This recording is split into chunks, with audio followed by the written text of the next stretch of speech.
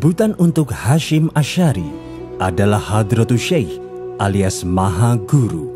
Dalam bukunya yang berjudul Guruku Orang-Orang dari Pesantren, Kiai Haji Saifuddin Zuhri yang pernah menjabat Menteri Agama Indonesia ke-10 pada masa Presiden Soekarno, yang juga ayah dari Menteri Agama di era Reformasi, Lukman Hakim Syaifuddin, Hadratus Syekh Hasyim Asy'ari adalah tokoh besar yang sangat bersahaja.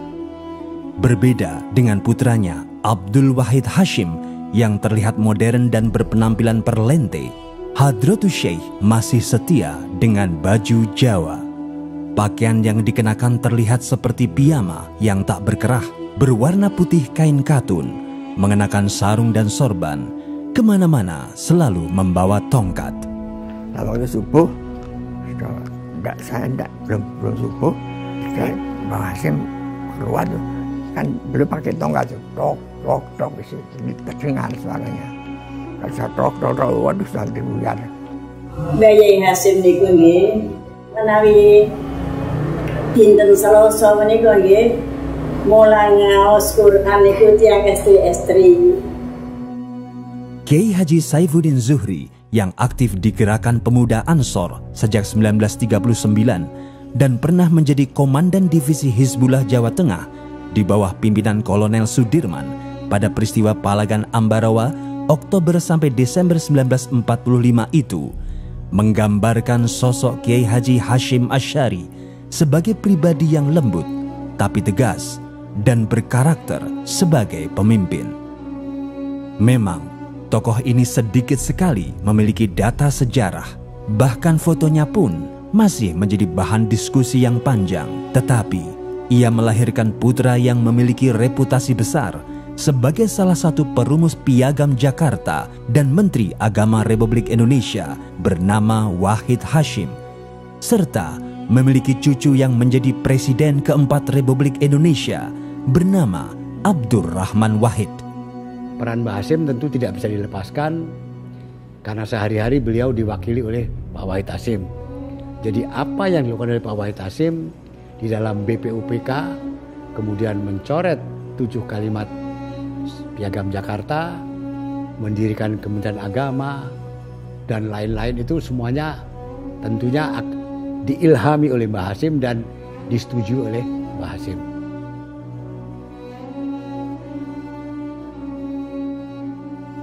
Kiai Haji Muhammad Hasyim Asy'ari adalah pendiri Pondok Pesantren Tebu Ireng Jombang, Jawa Timur, dan salah satu ulama pendiri organisasi muslim terbesar di Indonesia, Nahdlatul Ulama atau NU.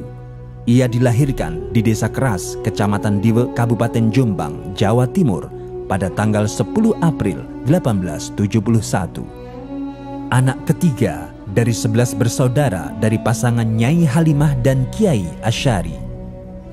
Kiai Asy'ari sendiri adalah seorang ulama pejuang yang hijrah ke Jombang dari Desa Tingkir, Jawa Tengah.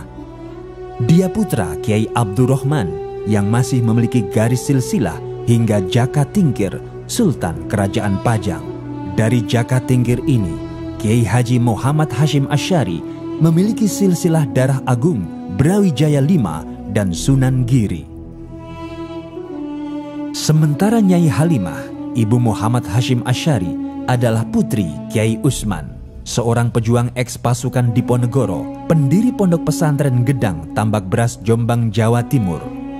Kiai Haji Masduki dari Keras menyebutkan, Nyai Halimah memiliki nama panggilan Winih yang berarti benih, agar kelak menumbuhkan anak cucu yang mau melayani agama dan bangsa.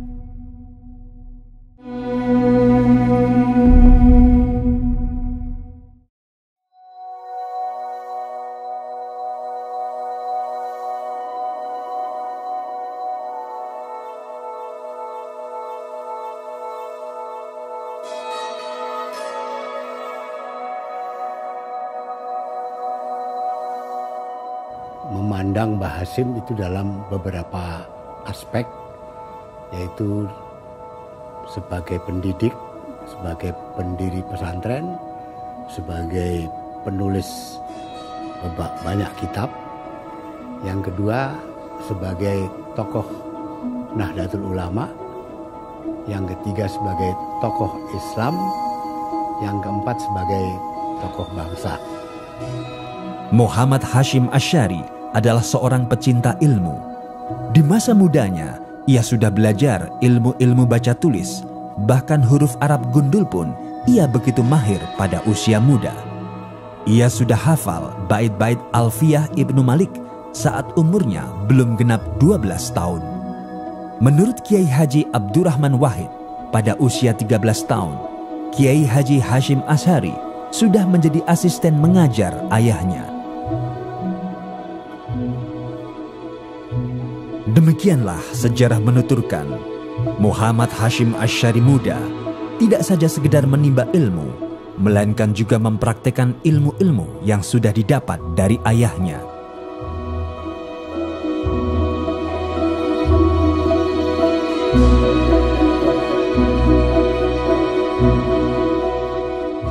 Silsilah keilmuan Kiai Haji Muhammad Hashim Asy'ari dapat diketahui dari perjalanannya menuntut ilmu. Pada usia 13 tahun, Muhammad Hashim Asy'ari menimba ilmu dari Kiai Usman.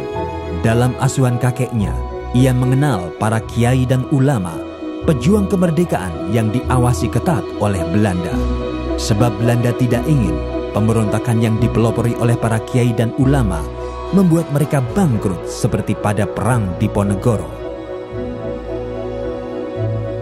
Setelah berguru kepada kakeknya, Muhammad Hashim Asy'ari muda melanjutkan kelananya ke pesantren Wonokoyo Probolinggo. Dari Wonokoyo, ia berguru lagi kepada Kiai Ahmad Soleh Langitan Tuban, kepada Kiai Khalil Kademangan Bangkalan, dan kepada Kiai Soleh Umar Darat Semarang. Kiai Haji Dimyati Rois Kalimumu menyebutkan ada 3 Kiai Soleh termasyhur saat itu yang menjadi guru Kiai Haji Muhammad Hashim Asy'ari, yaitu Kiai Soleh Umar Darat Semarang, Kiai Ahmad Soleh Langitan Tuban, dan Kiai Soleh Gresik. Ketika nyantri di Mbah Soleh Darat Semarang dan Langitan itulah Kiai Haji Muhammad Hashim Asy'ari berjumpa Kiai Haji Ahmad Dahlan, pendiri organisasi Muhammadiyah, yang kemudian bertemu lagi ketika keduanya menimba ilmu di Mekah. Jadi Hadratus Syekh ini, Mbah Hashim ini, saya kira hubungannya dengan Kiai Haji Ahmad Dahlan ini sangat dekat karena mereka belajar umumnya itu dengan guru-guru yang sama. Baik guru yang sama itu ada di halakah-halakah Masjidil Haram maupun juga di Madrasah Saulatiyah. Pada tahun 1890, Muhammad Hashim Asy'ari memperdalam ilmu tafsir kepada Kiai Yakub di Siwelan Panji Sidoarjo. Karena kecerdasannya, Kiai Yakub terpikat hati padanya. Hashim Asy'ari pun dipinang untuk menjadi menantunya, menjadi suami putrinya Khadijah. Berhasil menimba ilmu kepada ulama-ulama besar di tanah Jawa, Muhammad Hashim Asy'ari melanjutkan kelananya ke Mekah bersama istrinya. Namun gagal, istri dan anak pertamanya meninggal dunia ketika melahirkan. Hal ini membuat tekadnya sempat goyah. Pada tahun 1893, Muhammad Hashim Asy'ari kembali lagi ke Mekah bersama adik perempuannya Anish Asy'ari. Namun Anish Asy'ari pun meninggal dunia. Di bawah asuhan Syekh Mahfud Termas, ia mengaji kitab Sahih Bukhari. Ia mendapat ijazah sanad yang menandakan dirinya berhak mengajar kitab besar tersebut dan menyandang gelar Hadratus Syekh yang berarti Tuan Guru Besar. Di Mekah, Kiai Haji Muhammad Hashim Asy'ari juga mempelajari matematika, astronomi, fikih mazhab Syafi'i, dan tafsir Al-Manar karya Syekh Muhammad Abduh kepada Syekh Ahmad Khatib Minangkabau. Nah, selain belajar di Saulatiyah, mereka juga ikut halakah-halakah yang dipimpin oleh ada ulama-ulama Nusantara seperti Syekh Ahmad Khatib Al-Minangkabawi. Sebelumnya itu ada juga Syekh Nawawi Al-Bantani, kemudian juga ada Syekh Mahfuz At-Termasi. Jadi biasalah murid-murid Jawi ini, murid-murid asal Nusantara ini ya merasa dekat sekali dengan ulama-ulama yang sudah bermukim di Makkah dan Madinah. Menurut Kiai Haji Dalharwatu Congol, Kiai Haji Muhammad Hashim Asy'ari juga menghafal Al-Quran kepada Kiai Ali Hafid Demak. Demikianlah berbagai disiplin ilmu didalami Kiai Haji Muhammad Hashim Asy'ari. Seakan tak pernah puas dengan ilmu yang telah dicapainya, ia pun terus belajar kepada guru-guru besar lainnya, di antaranya Syekh Nawawi Banten, Syekh Ahmad Amin Al-Athar, Syekh Ibrahim Arab, Syekh Said Yamani, Syekh Rahmatullah, Syekh Soleh Bafadol, Said Abbas Maliki, Said Alwi bin Ahmad Assegaf, dan Said Hussein Al-Habsyi.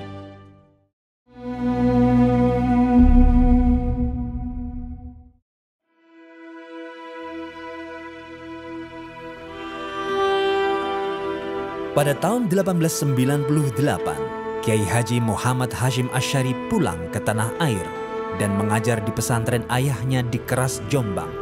Ia menikah dengan Khadijah. Namun 2 tahun menikah, Khadijah meninggal dunia. Kiai Haji Muhammad Hashim Asy'ari menikah lagi dengan Nafikoh, putri Kiai Ilyas dari pesantren Sewulan Madiun. Kiai Ilyas adalah keturunan Kiai Hasan Besari Ponorogo, salah satu guru pujangga besar bernama Ronggo Warsito. Dari Nafikoh, Kiai Haji Muhammad Hashim Asy'ari dikaruniai 10 orang anak: Hanah, Khairiyah, Aisyah, Azah, Abdul Wahid, Abdul Khalik, Ubaidillah, Masuroh, dan Muhammad Yusuf. Tahun 1899, gejolak darah muda Kiai Haji Muhammad Hashim Asy'ari mendidih. Ia tak lama tinggal di Keras.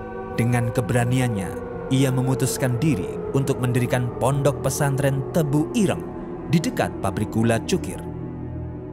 Beliau mendirikan pesantren di tempat yang rawan. Padahal sebenarnya kalau kita melihat dengan kacamata fisik, kita harus mendirikan pesantren di tempat yang mewah. Beliau justru tidak. Kenapa? Karena beliau dalam memandang keindahan lebih dekat dengan cara Imam Ghazali. Jadi beliau itu melihat keindahan dengan kacamata batin. Jadi tempat yang rawan, tempat yang banyak premannya. Di dekat pabrik gula Cukir itu, Kiai Haji Muhammad Hashim Asy'ari menghadapi dunia hitam yang marak dengan kekerasan dan prostitusi. Setiap malam, pondok pesantren Tebu Ireng diteror dan diancam oleh centeng-centeng suruhan Belanda. Santri-santri mengambil tempat tidur di tengah-tengah bilik mereka agar tak tertusuk senjata tajam.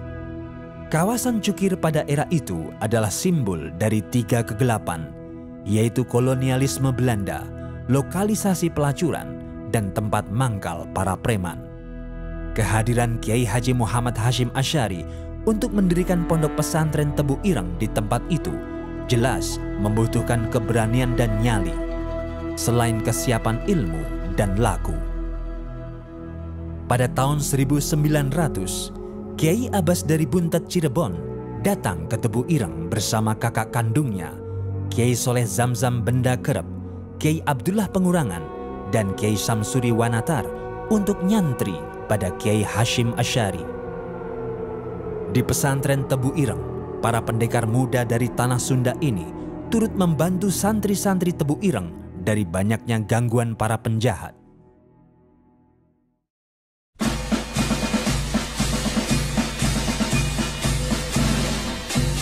Perjuangan selalu menghadapi batu ujian. Ketika kezaliman kolonial Belanda belum sepenuhnya berakhir, datanglah kekejian penjajah Jepang ke tanah air. Pada tahun 1942, Kiai Haji Hashim Asy'ari beserta beberapa santri ditahan dalam penjara oleh penjajah Jepang karena menolak Seikeri, yaitu sebuah penghormatan terhadap Kaisar Hirohito dan ketaatan pada Dewa Matahari. Seikeri ini dilakukan dengan membungkuk ke arah matahari terbit setiap pukul 7 pagi. Kiai Haji Hashim Asy'ari dengan berani dan tegas menolak Seikeri karena dalam prinsip Islam hanya Allah lah yang patut disembah, bukan manusia atau matahari. Selama dalam tahanan di Sidoarjo dan kemudian dipindah dalam penjara Koblen Buputan Surabaya ini, Kiai Haji Hashim Asy'ari banyak mengalami siksaan fisik yang hebat. Bahkan salah satu jari tangannya remuk hingga tidak dapat digerakkan. Setelah lebih 4 bulan lamanya di penjara dengan penuh siksaan, akhirnya pada tanggal 18 Agustus 1942, Kiai Haji Hashim Asy'ari dibebaskan karena banyaknya protes dari kalangan kiai dan santri kepada penjajah Jepang yang dikomando oleh Kiai Haji Wahab Hasbullah dan Kiai Haji Abdul Wahid Hashim. Maka kemudian sangat sedih Hashim ketika keluar dari penjara melihat orang-orang yang sudah sangat begitu semangatnya untuk segera menata diri menuju kepada kemerdekaan, ini menjadi orang lumrah-lumrih, bahkan bangga ketika harus berpenampilan kumal keluar dari pesantren ben diarani ahli tasawuf. Api perjuangan Kiai Haji Hashim Asy'ari tak pernah padam. Pada tahun 1934, saat Nyai Nafikoh wafat, jejak juang Hadratus Syekh tak kunjung surut. Dalam melanjutkan perjuangannya, Hadratus Syekh didampingi Nyai Masruroh, putri Kiai Hasan pengasuh pondok pesantren Kapurjo Pagu Kediri. Dari pernikahan ini, Hadratus Syekh dikaruniai 4 orang putra dan putri, yaitu Abdul Qadir, Fatimah, Khadijah, dan Muhammad Yakub.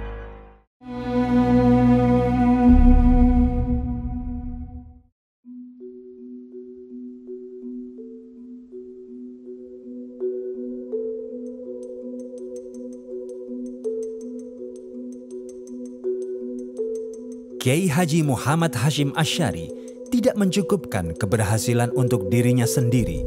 Ia mewariskan jiwa kemandirian dan kepemimpinan kepada keluarga dan santri-santrinya. Dan beliau mendirikan pesantren di situ dengan sebuah imajinasi, sebuah mimpi yang indah bahwa tempat ini nanti harus menjadi tempat sumurnya ilmu, tempat orang dari berbagai macam tempat belajar agama serta akhlak dan cinta kepada bangsa dan tanah air.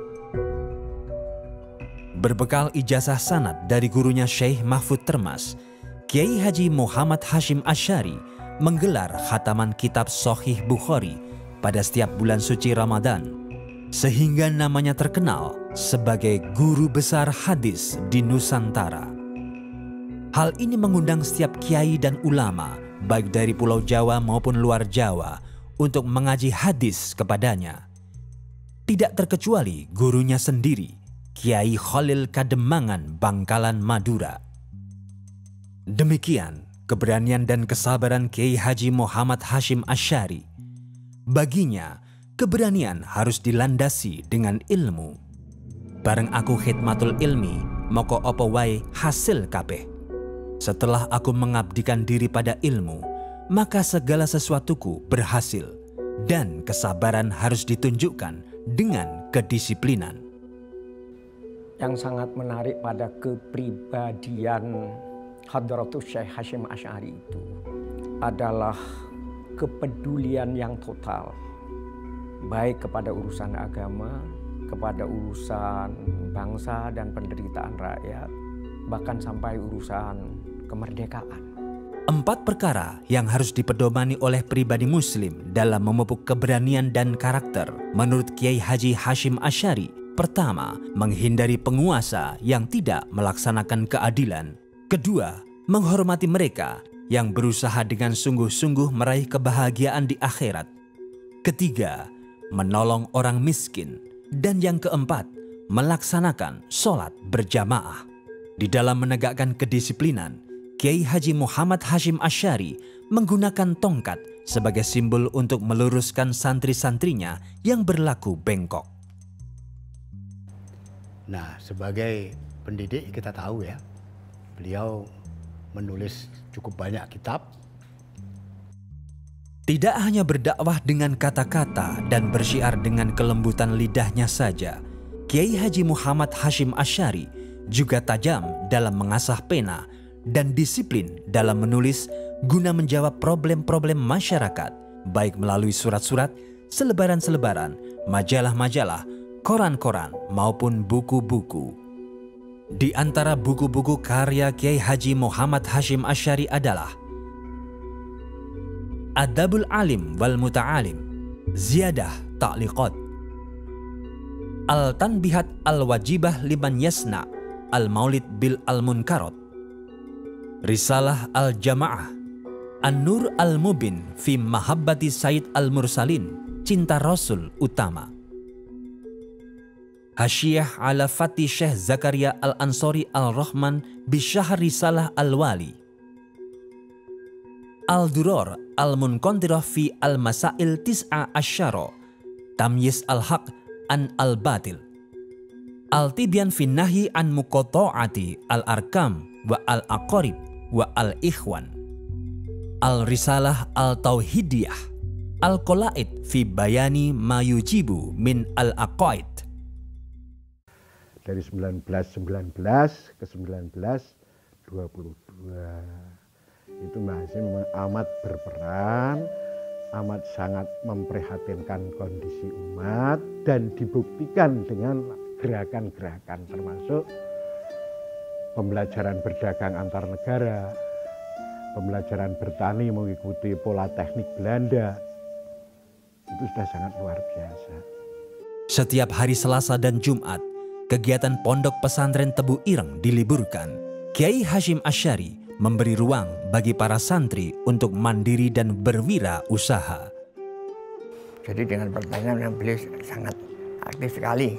Negara pertanian itu, kalau ingat saya itu tanah yang ada di Jombok sini. Jombok itu daerah Blimbing sini. Itu yang sering beliau pergi ke sana naik dokar.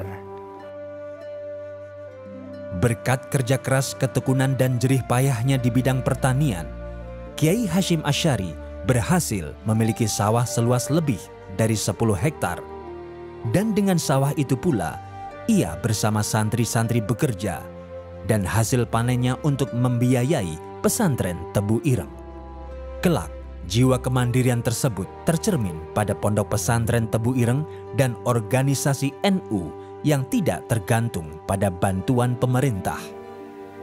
Jadi tidak hanya Mbah Hasim bukan hanya sekedar ulama yang paham tentang agama, tentang hadis, tentang Quran, tafsir dan sebagainya, sekian-sekian fan agama, tapi Mbah Hasim keluar itu justru diaplikasikan dalam bentuk kehidupan nyata. Kiai Haji Muhammad Hashim Asy'ari adalah pendidik yang lihai dalam mengajarkan akhlak mulia dan jiwa keteladanan seorang pemimpin kepada keluarga dan para santrinya. Tak jarang ia mendelegasikan kepemimpinannya kepada putranya, Kiai Haji Abdul Wahid Hashim, dalam forum-forum resmi Majelis Islam A'la Indonesia atau MIAI dan Partai Masyumi. Kita ingat bahwa beliau pernah diminta untuk menjadi semacam ketua Dewan Syuro Partai Masyumi tahun 45. Nah, di situ beliau bisa memainkan peran secara baik yang dilakukan sehari-hari oleh putra beliau, yaitu Kiai Abdul Wahid Hashim. Jiwa kepemimpinan Kiai Haji Abdul Wahid Hashim terlihat ketika membentuk sayap militer Hizbullah di Masyumi dan Sabilillah di NU. Kiai Haji Abdul Wahid Hashim putranya adalah salah satu anggota tim 9 BPUPKI dan PPKI yang merumuskan dan menandatangani Piagam Jakarta. Jadi apa yang dilakukan oleh Pak Wahid Hashim di dalam BPUPK, kemudian mencoret 7 kalimat Piagam Jakarta, dan sebelumnya oleh Jepang diminta menjadi ketua Sumubu atau kantor urusan agama Jepang, mendirikan Kementerian Agama dan lain-lain, itu semuanya tentunya diilhami oleh Mbah Hasim dan disetujui oleh Mbah Hasim.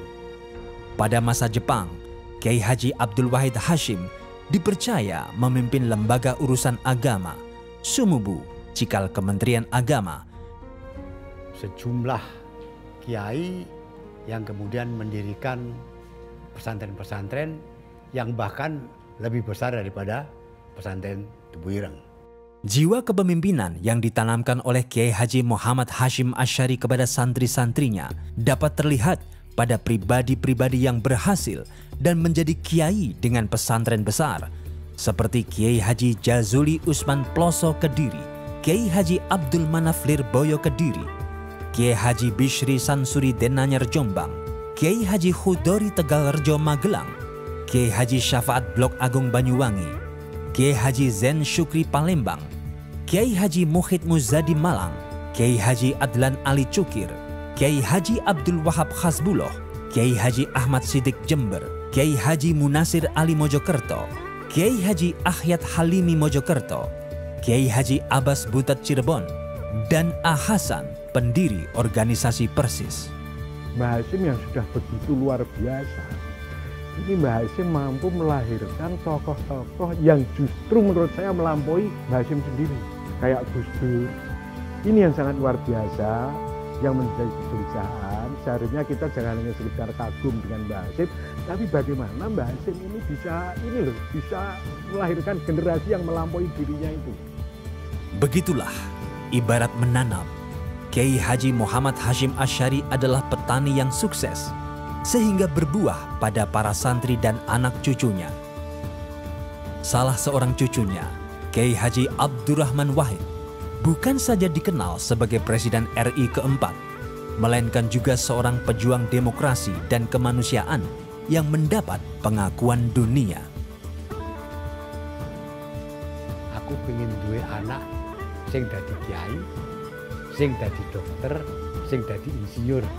Lakon tiga-tiganya itu disampaikan. Nah, ibu saya bisa menyampaikan itu. Jiwa kepemimpinan Kiai Haji Muhammad Hasyim Asy'ari berpengaruh sampai ke skala internasional. Pengaruh ini dapat terlihat dari kiprah dan langkah Kiai Haji Abdul Wahab Hasbulah dalam melakukan diplomasi dan berorganisasi.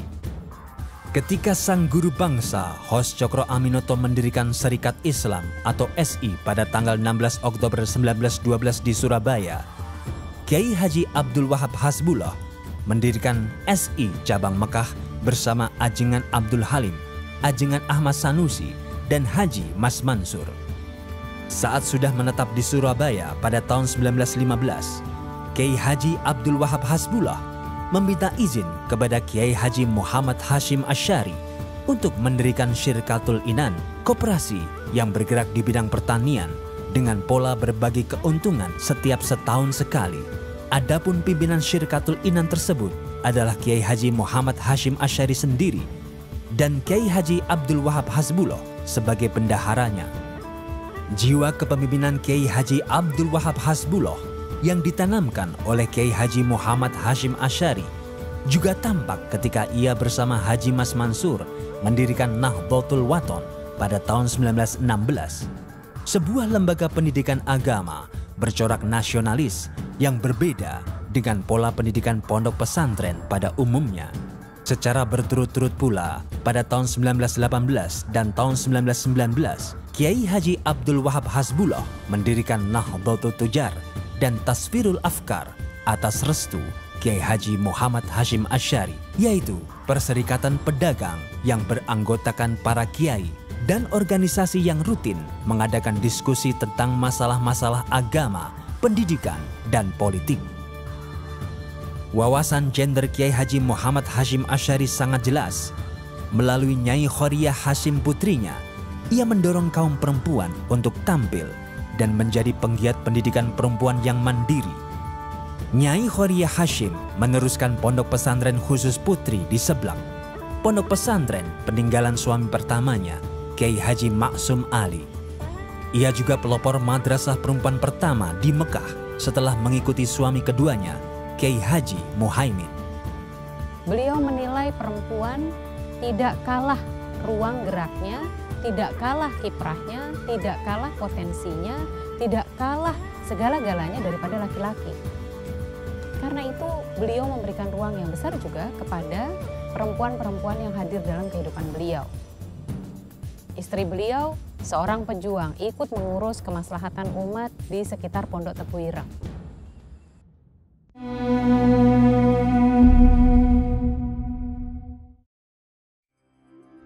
Luasnya pergaulan yang dibangun oleh Kiai Haji Muhammad Hashim Asy'ari telah meneguhkan dirinya sebagai sosok pemersatu dan berpengaruh di kalangan umat Islam dunia.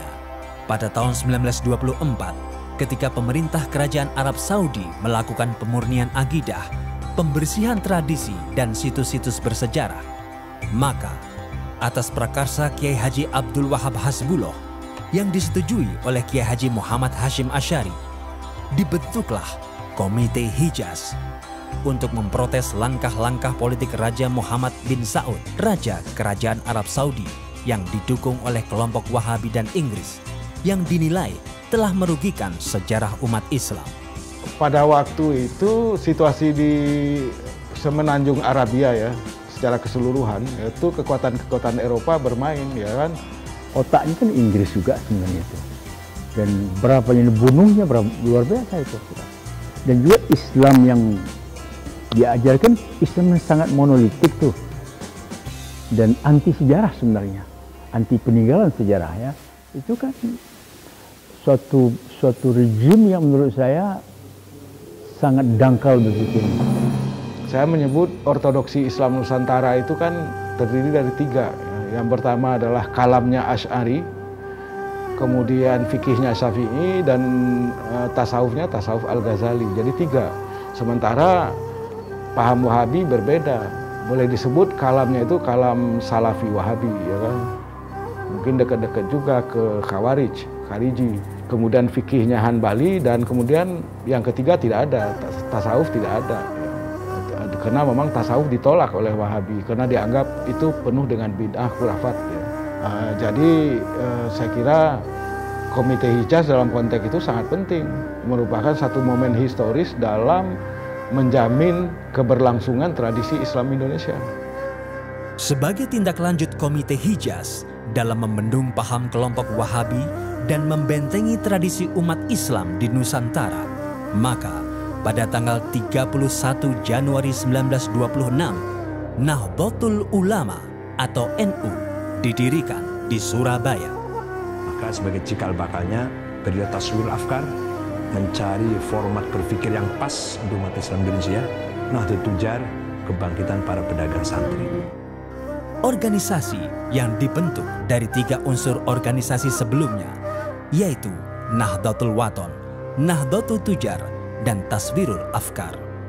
Dan yang pasti beliau itu seorang organisator, karena beliau mendirikan organisasi Nahdlatul Ulama untuk menyatukan gerakan para ulama, menyebutnya itu sebagai ya gerakan ulama, harakatul ulama, ya, himayati wa islahil ummah, di dalam menjaga dan memperbaiki umat.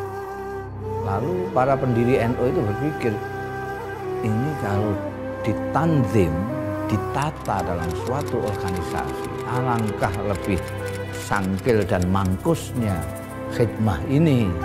Nah, Sayyidina Ali ngendika, yang batil saja bisa mengalahkan yang hak kalau yang batil ditata dengan rapi dan yang batal tidak. Maka lalu jamaah yang sama di mana-mana ini diwadahi jamiah yang namanya Nahdlatul Ulama. Tahun 26 itu Kiai Hasyim Asy'ari bersedia menjadi Rais NU dan oleh Kiai Wahab diberi jabatan Rais Akbar. NU lahir tahun 26 itu adalah menstrukturkan yang kultural. Karena itu ada semacam gap antara wadah dan isinya. Wadahnya modern, isinya tradisional. Lahirnya Nahdlatul Ulama tidak lepas dari dukungan banyak kiai dan ulama di Nusantara. Menurut Kiai Haji Ali Maksum Kerapia Yogyakarta dalam pidatonya selaku Rois Am PBNU, sebagaimana ditulis dalam majalah Bangkit, pada tahun 1912 setelah Persyarikatan Muhammadiyah didirikan, ada 3 kiai yang sowan kepada Hadratus Syekh di pesantren Tebu Ireng untuk melaporkan hal itu dan memohon kepada Hadratus Syekh agar mendirikan wadah bagi para kiai, ulama, dan umat dalam memperjuangkan kokohnya Ahlus Sunnah wal Jamaah di tanah air. Ketiga kiai yang sowan kepada Hadratus Syekh itu adalah Kiai Haji Imam Wonokromo Yogyakarta, Kiai Haji Dalharwatu Congol Muntilan, dan Kiai Haji Raden Asnawi Kudus. Tapi bapak saya, ibunya orang Palembang, bapaknya orang Surabaya. Mbah saya dari Pasar Turi. Dan sekolahnya di Pesantren Kepireng. Jadi kan dikasih kartu anggota NU lagi, Pak. Sudah menjadi warga NU.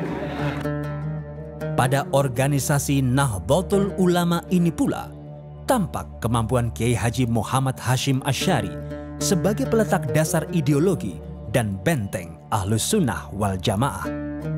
Melalui konun asasi organisasi NU, ia menegaskan 4 mazhab, Hanafi, Maliki, Syafi'i, dan Hambali di bidang hukum Islam. Mengikuti Imam Al-Ghazali dan Imam Junaid Al-Baghdadi di bidang tasawuf, serta Imam Abul Hasan Al-Asy'ari dan Imam Al-Maturidi di bidang teologi. Konun asasi itu bahasa Indonesianya anggaran dasar. Konun itu anggaran, undang-undang, asasi itu dasar. Kemudian biasanya anggaran dasar itu didahului oleh mukadimah atau pendahuluan. Mukadimah konun asasi itu pertama kali diucapkan oleh Hadratus Syekh Hashim Asy'ari ketika akan membuat anggaran dasar. Dan pidato itulah yang kemudian menjadi mukadimah konun asasi. Jadi konun asasi sebenarnya adalah patokan strategis untuk NU di mana melandingkan agama ke Indonesia.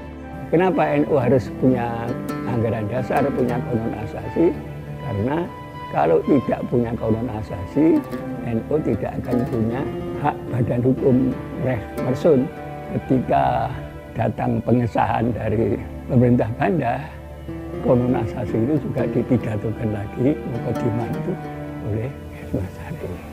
Yang saya tangkap dari mukadimah konun asasi itu pertama iman dan takwa, kedua persatuan di kalangan kaum muslimin, juga itu masalah kehidupan bermadhab.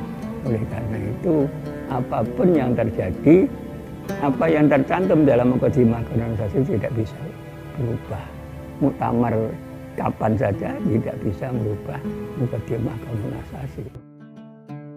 Konun asasi ini yang menjadi landasan sikap organisasi NU yang bersifat tawasud, moderat, tasamuh, toleran, dan tawazun, berimbang dalam mengawal Pancasila, Bhinneka Tunggal Ika, Negara Kesatuan Republik Indonesia, dan Undang-Undang Dasar 1945.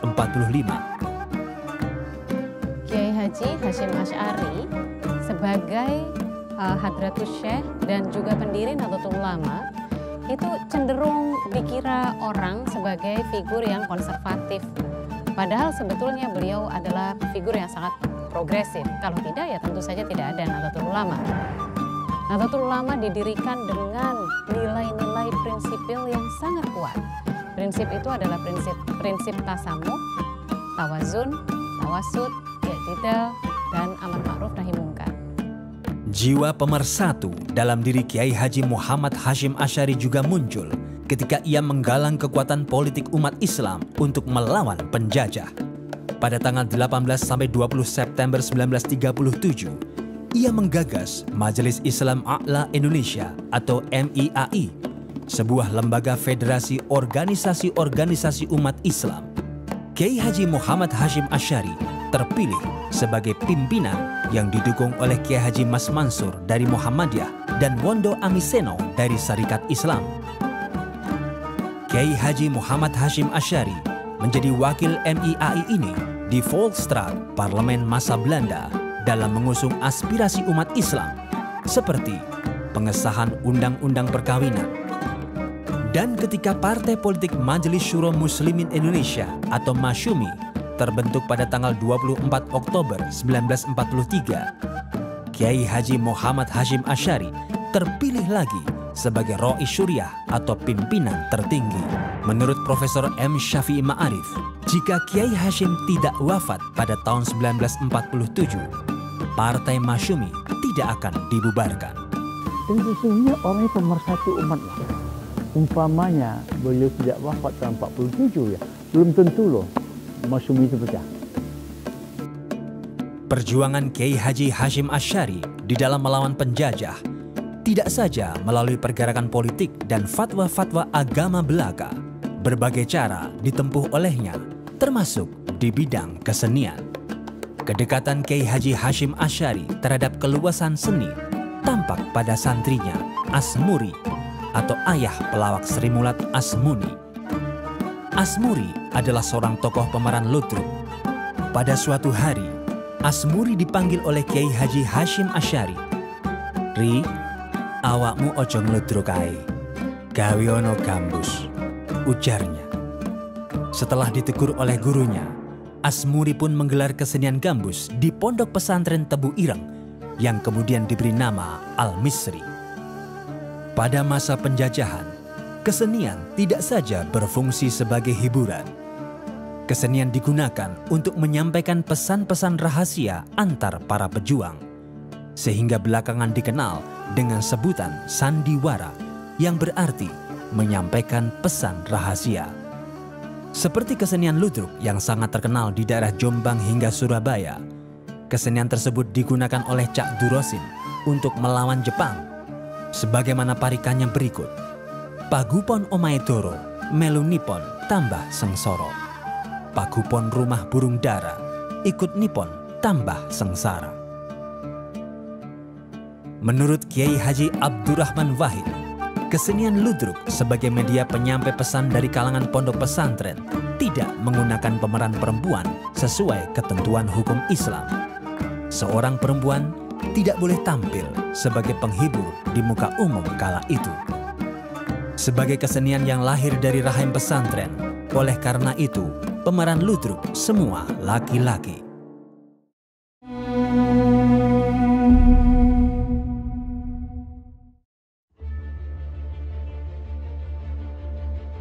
Sejak kekalahan Jepang dalam Perang Dunia Kedua dan proklamasi kemerdekaan Republik Indonesia tanggal 17 Agustus 1945 dikumandangkan, perlawanan dan perebutan senjata-senjata Jepang terjadi di mana-mana.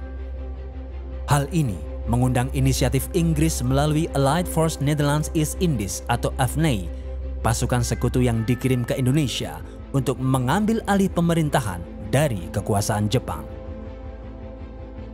Untuk mempertahankan kemerdekaan Republik Indonesia tersebut, para kiai dan ulama mengadakan pertemuan di Pondok Pesantren Tebu Ireng pada tanggal 11 September 1945.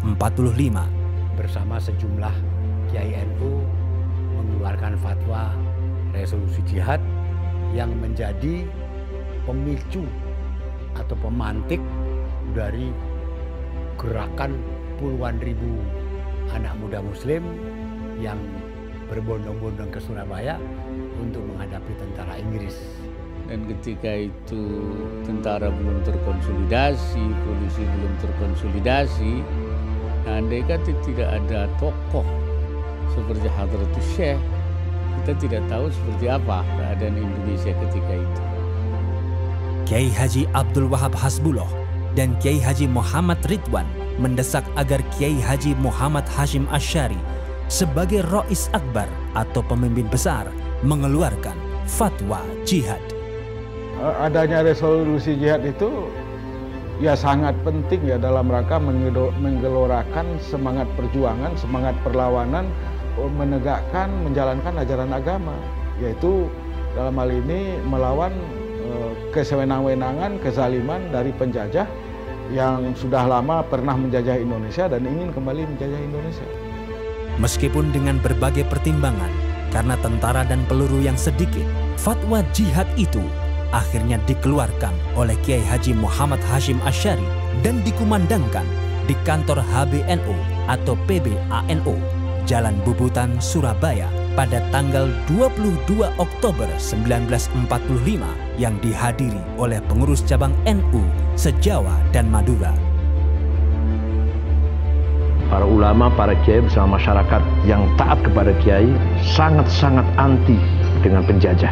Beberapa kiai banyak sekali menjadi pahlawan yang tidak dikenal, yang berkorban dengan jiwanya melawan penjajah Belanda itu. NU yang dipimpin oleh Hadratus Syekh dan kiai-kiai sepuh pada waktu itu menanamkan kepada orang NU seperti halnya kiai-kiai pesantren menanamkan kepada santri-santrinya bahwa kita itu orang Indonesia yang beragama Islam, bukan sekedar orang Islam yang kebetulan di Indonesia. Sehingga kalau ada sesuatu yang mengancam Indonesia, otomatis sebagai orang Indonesia tidak usah disuruh siapa-siapa, tidak usah ditanya kontribusi segala macam, itu rumah-rumahnya sendiri. Di sini, menurut sejarawan Kunto Wijoyo, karisma Kiai Haji Muhammad Hashim Asy'ari mampu membangkitkan kesadaran mekanik perlawanan para ulama yang tercerai menjadi kesadaran organik yang dahsyat.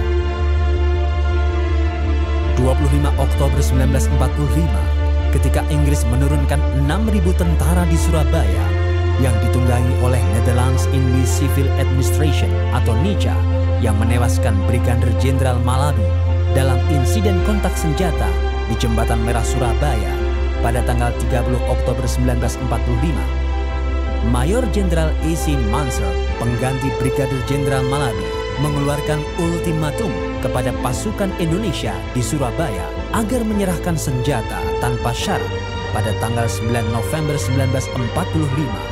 Ia mengerahkan kekuatan darat, laut, dan udara untuk membombardir kota Surabaya. Mendengar informasi bahwa NICA membonceng sekutu akan menyerang ke Surabaya, Bung Karno minta fatwa kepada Kiai Haji Hashim Asy'ari. Fatwa jihad. Itulah lahirnya resolusi jihad. Fatwa jihad yang dikeluarkan oleh Rois Akbar Kiai Haji Muhammad Hashim Asy'ari yang kemudian dikenal sebagai resolusi jihad tersebut telah menggelorakan semangat Bung Tomo untuk mengumandangkan perang semesta pada tanggal 10 November 1945. Fatwa jihad dari Syekh Hashim Asy'ari saya rasa belum tentu lah ya. Bung Tomo begitu berkibar ya, berkobar mengucap Allahu Akbar itu ya, takbir itu. Akhirnya dia merasa mendapat dukungan spiritual yang luar biasa dari ini. Jadi seorang ulama besar ya. Bismillahirrahmanirrahim. Allahu Akbar, Allahu Akbar, Allahu Akbar. Saudara-saudara, rakyat jelata di seluruh Indonesia,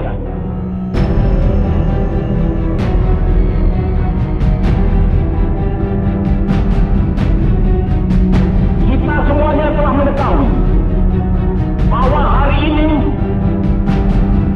tentara Inggris telah menyebarkan pamflet-pamflet yang memberikan suatu ancaman kepada kita semua. Mereka telah minta supaya kita semua datang pada mereka itu dengan membawa bendera putih, tanda bahwa kita menyerah kepada mereka. Tanpa resolusi jihad, maka tidak ada perlawanan yang heroik. Jika tidak ada perlawanan heroik, berarti tidak ada hari pahlawan tanggal 10 November. Dan bisa mungkin mustahil bangsa Indonesia ada seperti saat ini. Kiai Hashim Asy'ari adalah pahlawan nasional yang mendeklarasikan perang mempertahankan kemerdekaan sebagai perang jihad. 2 minggu sebelum pertempuran 10 November di Surabaya, tepatnya tanggal 22 Oktober 1945, beliau yang mencetuskan fatwa resolusi jihad yang menggerakkan ribuan santri untuk ikut berjuang. Dengarkanlah ini jawaban kita, ini jawaban rakyat Surabaya, ini jawaban pemuda Indonesia.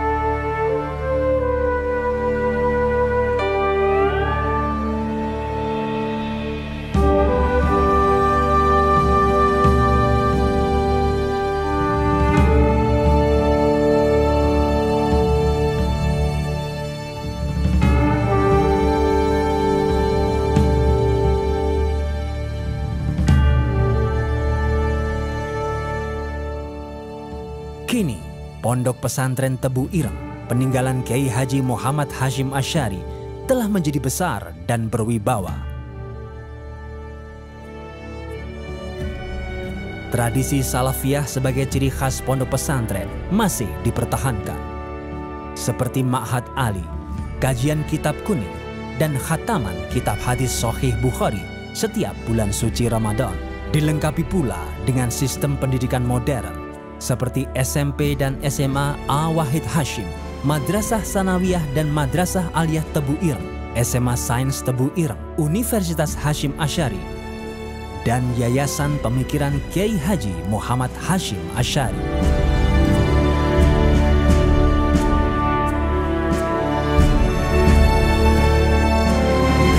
Sementara organisasi NU yang diwariskan olehnya masih tetap setia menjaga keutuhan bangsa dan mengawal berdirinya Negara Kesatuan Republik Indonesia. Memang Indonesia ini bukan negara Islam, bukan Darul Islam, tapi juga bukan Darul Kufri, bukan negara kafir, dan juga bukan negara perang, bukan Darul Harbi. Karena itu beliau memilih negara kesepakatan. Saya menyebutnya Darus Sulh, Darul Ahdi. Seluruh komponen bangsa ini menyepakati untuk hidup dalam satu negara. Karena itu disinilah dibutuhkan adanya toleransi untuk bisa hidup berdampingan secara damai. Di dalam pesannya, Kiai Haji Muhammad Hashim Asy'ari mengungkapkan, agama dan nasionalisme adalah dua kutub yang tidak berseberangan. Nasionalisme adalah bagian dari agama dan keduanya saling menguatkan. Karena itulah, saat ini pemerintah Indonesia menjadikan tanggal 22 Oktober sebagai Hari Santri Nasional, sebagai wujud penghormatan untuk menandai jasa-jasa perjuangan tersebut.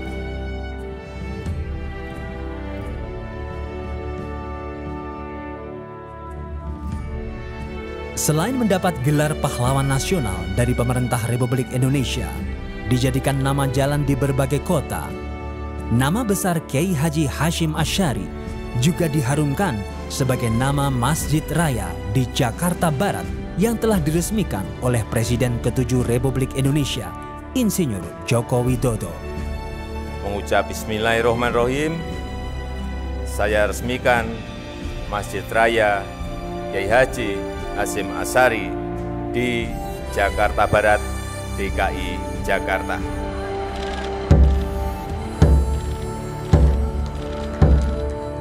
Sebagai Sang Rois Akbar, Kiai Haji Muhammad Hashim Asy'ari telah menjalankan amanah dan menunaikan janji kemerdekaan untuk mengawal dan mewariskan martabat Ibu Pertiwi dengan menjadikan Islam Indonesia sebagai rahmat bagi NKRI dan kemajemukan bangsa. Gelar kepahlawanan yang telah disandangnya telah berbuah manis menjadi suri tauladan bagi seluruh rakyat Indonesia dengan mewariskan para pahlawan dan tokoh bangsa.